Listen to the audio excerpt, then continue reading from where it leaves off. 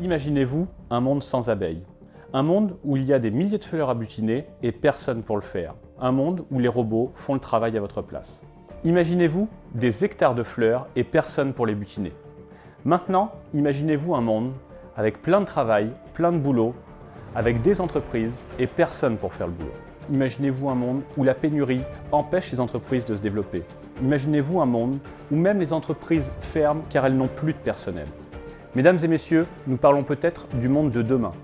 Un monde qui signe l'échec de l'intelligence collective à grande échelle. Vous l'aurez compris, ma problématique est la suivante. Comment une entreprise peut-elle ou doit-elle faire face à une pénurie de compétences tout en continuant à se développer?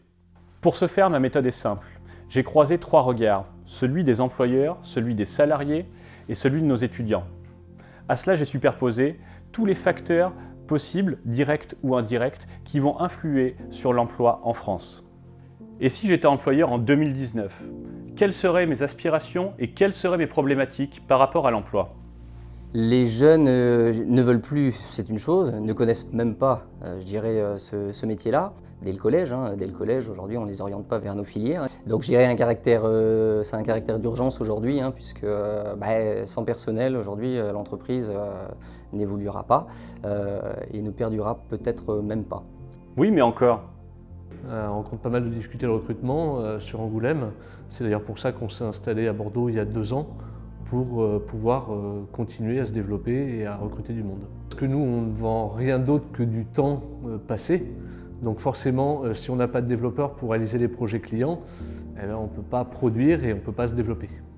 Et si on demandait à quelqu'un qui a un point de vue global de l'impact sur le territoire? L'impact, c'est le développement de notre territoire. Alors il y a 3 causes pour ça. Les organismes de formation qui font des formations depuis des années et qui du coup ne s'intéressent pas forcément auprès des entreprises, des besoins, et on se retrouve avec des personnes qui se retrouvent au chômage après. Nous avons des entreprises qui n'ont pas su passer le relais avec des sachants qu'ils avaient dans leur entreprise, et où là on aurait pu mettre de l'alternance. Et puis on a l'éducation nationale avec le syndrome du gant blanc et dévalorisant justement l'apprentissage et des métiers manuels. Et puis enfin, on a l'État qui a négligé les valeurs du travail au profit des valeurs sociales. Mais dans tout ça, nos étudiants, ils en sont où? Les jeunes de mon âge pensent que les métiers manuels, c'est trop compliqué et mal payé. Il faut faire beaucoup d'études pour être bien payé et avoir un bon métier. Alors j'imagine l'entreprise où je vais travailler plus tard, j'imagine qu'elle soit grande, que ça paye bien et que tout le monde soit gentil. L'enjeu, mesdames et messieurs, est de vous montrer comment survivre à ces crises du recrutement en 2019 et d'aider à faire progresser les entreprises et les salariés tout en ouvrant des portes à nos étudiants.